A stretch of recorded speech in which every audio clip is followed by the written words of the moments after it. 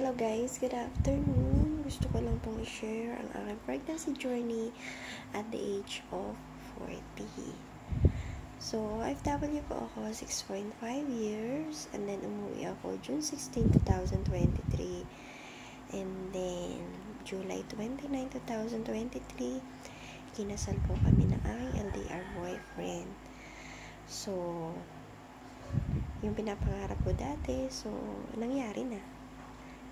And then, we decided to go to the OB para po ma-check ang aking mattress kung okay pa.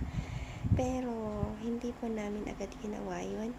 Inantay ko po muna yung October na mag-celebrate ako ng aking kaarawan at the age of 40. Sabi nga nila, life begins at the age of 40.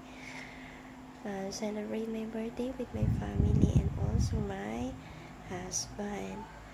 So, yun po. And then, after that, we decided to, I think 1 week after my birthday, we decided to go to the OB. So, nirepair po ako ng aking kapatid kay Dr. Villanueva dahil yun po ang pinakamagaling na OB dito sa Lipa. So, nung magpunta po ako doon, sabi ni doktora, na maganda daw naman po yung mattress ko, nangingitlog pa ako ng ayos. So, syempre natuwa din po ako kasi matanda na nga ako, kumbaga gurang na or makunat na, di po ba? So, ayun. And then, binigyan niya po ako ng gamot, tapos binigyan din kami ng date ng contact naming mag-asawa kasi gusto ko na nga po mabuntis. So, hindi ako nag-expect agad dahil nga ang edad na ito, kumbaga matagal pang mabuntis. So, yun, sinunod lang po namin ang instruction ni doktor. Actually, hindi ko pa po naiinom yung gamot. Sinunod lang namin yung contact na sinasabi niya. And then, at month of November, so, na-delay na po ako ng 1 week. Hindi pa rin ako nag-aalarma kasi baka naman mali lang or delay lang talaga. So, naghintay pa ulit ako ng another 4 days kasi ang cycle ko is laging 28 lang. Hindi pa ako lumalampas doon. And then, may kakaiba na akong nararamdaman sa katawan ko na irritable sa gabi. Tapos, yung dede ko parang bumibigat na siya. At saka yung parang hindi naman po ako nahihilot. Parang tama din lang ako palagi. So, kahit anong gawin ko, na kahit nga walang ginagawa basta tamad na tamad ako, yun nararamdaman ko.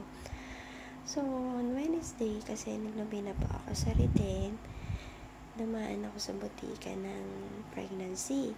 Hindi ko po yung sinabi sa asawa ko. Parang gusto ko munang alamin kung positive ba or negative. So, umuwi ako ng bahay. 8:30 yun ng umaga. Diba sabi nila, magandang pagpipiti is madaling araw. So, super excited ko. Ginawa ko na ng umaga. And then, makita ko na yung guhit niya. So, masaya ako na naiiyak. Kahit wala pa namang proof na check nga ni OB. Kasi minsan, false alarm lang yan, di po ba? So, hindi ko alam kung sasabihin ko na ba sa asawa or hindi. Pinag-isipan ko muna yun isang oras kasi nasa trabaho siya. Hindi rin po ako nakatiis. Chinat ko yung asawa ko and then sabi ko, need ko magpa-schedule sa OB on Saturday kasi Wednesday po yan Kasi gusto kong i-confirm kung pregnant nga ako kasi nag-positive ako sa PT. So, tuwan-tuwa siya. Siyempre, pati naman po ako.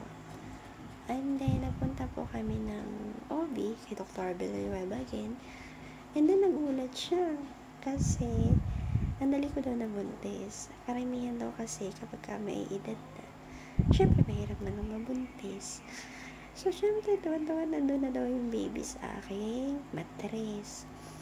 So, walang pagsidla ng aking saya at yung pinapangarap ko dati ay, ngayon nandito na. Sabi ni doktora, maganda ang mattress mo, maganda ang tayo ng bata, at may posibilidad na maging normal pa pag ikaw ay umanang kahit may edad ka na. So, thank you, Lord. So, naisip ko lang po, siguro po nakatulong din sa akin yung pagkain ng healthy foods, more on fruits and vegetables. Kasi nung OFW po ako, once a day lang talaga ako kumakain ng rice, only for lunch. Ang breakfast ko sa umaga is avocado sandwich, boiled egg, broccoli. Pag gutom pa ako, magbo-boiled ako ng sweet potato, tapos 1 cup of green tea. Tapos, ayun, ang bawal kaming kumain ng pork doon, so kinakain lang namin mostly sa lunch na ulam is salmon, chicken, and then potato. Tapos sa hapon, sa evening, minsan po ay yogurt, the salad nila is cucumber, tomato, onion, and then lettuce, tapos scrambled egg, ganun. At saka pag nagugutom po kami ng hapon, so ang kinakain po namin ay more on fruits, hindi mga junk foods na maaalat. Hindi rin po ako umiinom ng soft drinks. Hindi rin po ako umiinom ng kape. Basta tea lang po ako, tsaka gatas. Siguro malaki din na naitulong nun sa akin. Especially yung blueberries at saka strawberry. Nakakatulong po yan na mag-ano sa ating matres, madaling makabuntis. Tsaka yung okra. So, ayun po, sa mga gustong mabuntis, kailangan lang din po natin kumain ng healthy foods para sa akin. I-try nyo din po. Tsaka huwag po mawawala ng pag-asa. Lagi po mag-pray. Dahil hindi naman po layo pinapabayaan ng nasa itaas. So, ngayon po, I'm pregnant for 4 months. At okay naman po si baby. Soon po, malalaman na namin ang gender niya. Ayan po. Okay. Then, hindi pa po masyadong malaki. Thank you for watching.